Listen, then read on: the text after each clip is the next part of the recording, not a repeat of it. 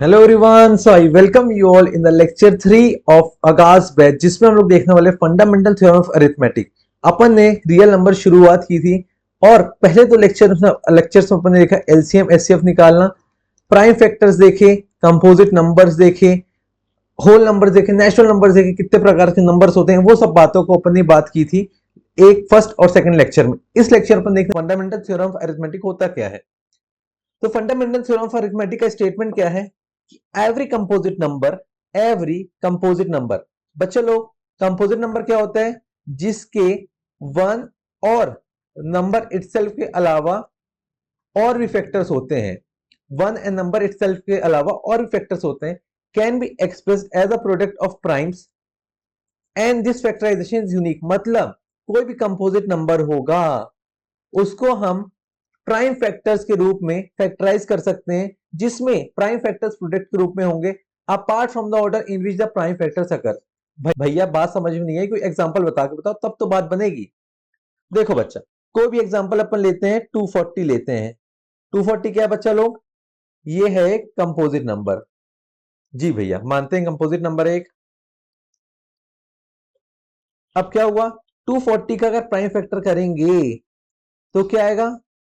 2 से डिवाइड करेंगे तो आएगा 120, फिर 2 से करेंगे तो आएगा 60, फिर 2 से करेंगे तो आएगा 30, फिर 2 से करेंगे, फिर 2 से करेंगे तो आएगा कितना आएगा? 15 आएगा यहां, फिर 3 से करेंगे तो आएगा 5, फिर 5 से करेंगे तो आएगा 1। मतलब इसे कितने प्राइम फैक्टर्स आ गए बच्चा लोग?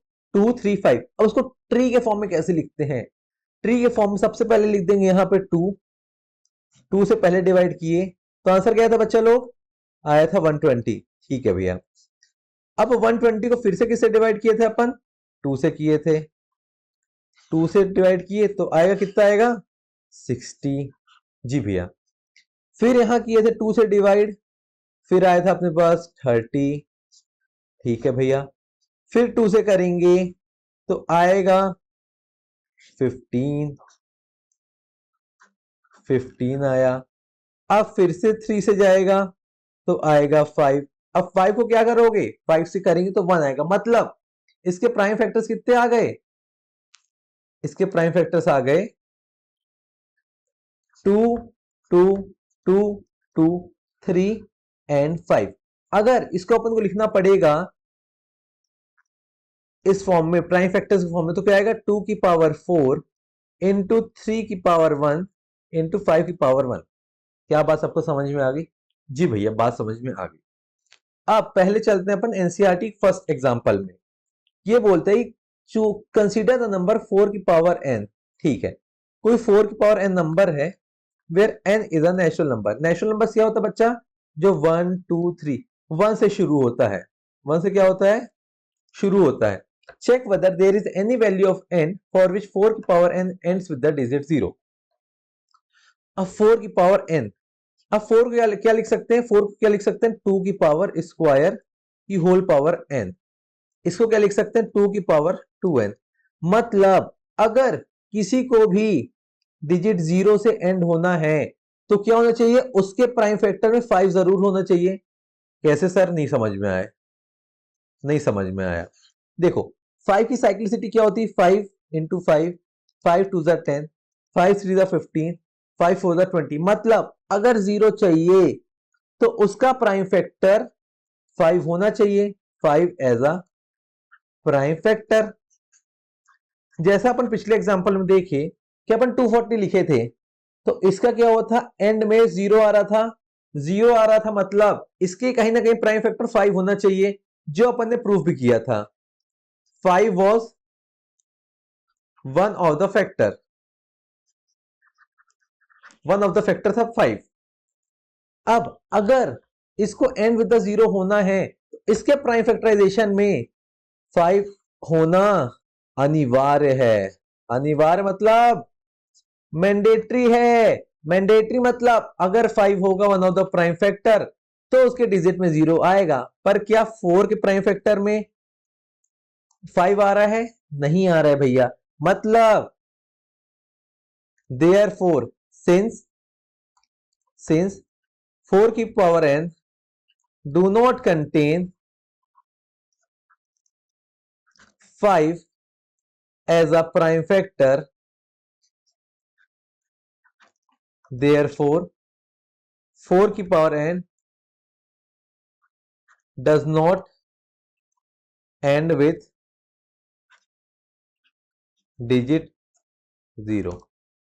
बात सबको समझ में आ गई? जी भैया।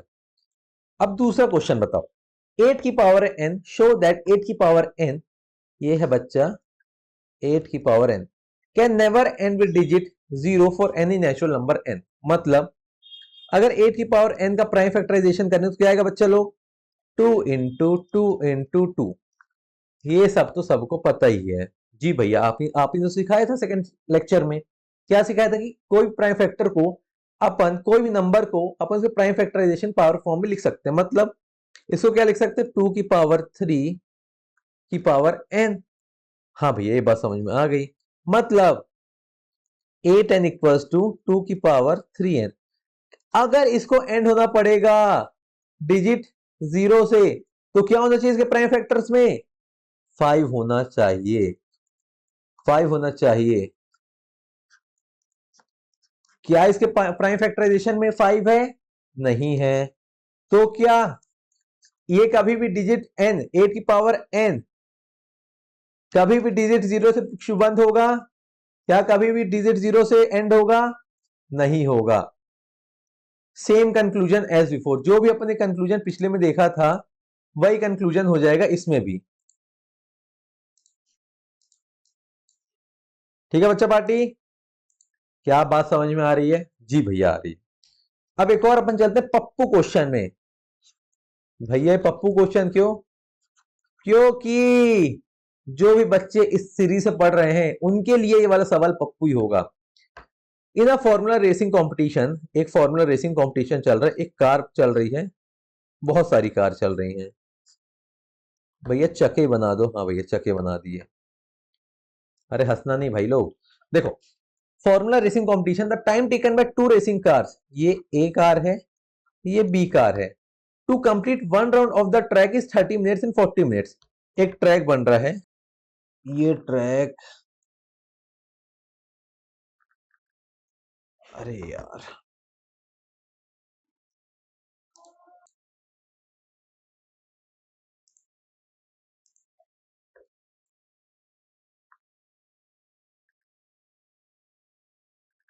अरे ट्रैक मान लो बच्चा लो, ये सर्कुलर ट्रैक है, ठीक है। One round of the track is 30 minutes, ये 30 मिनट्स में कवर करता है, और ये गाड़ी करती है 45 मिनट्स में। After how much time will the cars meet again at the starting point. अच्छा, ये बोल रहे हैं कि स्टार्टिंग पॉइंट में फिर से कब मिलेंगे? हम फिर कब मिलेंगे? फिर कब मिलेंगे दोनों गाड़ी? अगर जब भी भाषा आए कि फिर कब मिलेंगे तो क्या करना है? एलसीएम निकालना है। LCM of 30 and 40। LCM of 30 और 40 कैसे निकालेंगे? 30 45, एलसीएम ऑफ 30 एंड 45।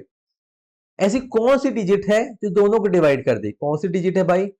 15 है। 15 दो को कर देगी, 3 को कर देगी, फिर 2 और 3। मतलब इसका एलसीएम क्या क्या आया? 15 into 2 into 3, that is equals to 15 to the 30, 33 the 90। मतलब 90 मिनट बाद, कितने मिनट बाद? 90 मिनट बाद इन लोग स्टार्टिंग पॉइंट में फिर मिलेंगे। क्या बात समझ में आई? जी भैया बात समझ में आई। नेक्स्ट लेक्चर में अपन देखेंगे एक्सरसाइज 1.1 एनसीईआरटी की। तब तक आप लोग प्रैक्टिस करते रहना क्वेश्चंस को, और ऐसी लेक्चर्स की सीरीज के लिए इस चैनल को सब्सक्राइब करना है, वीडियो को लाइक करना और ज्यादा से ज्यादा लोगों को शेयर करना है। Bye bye.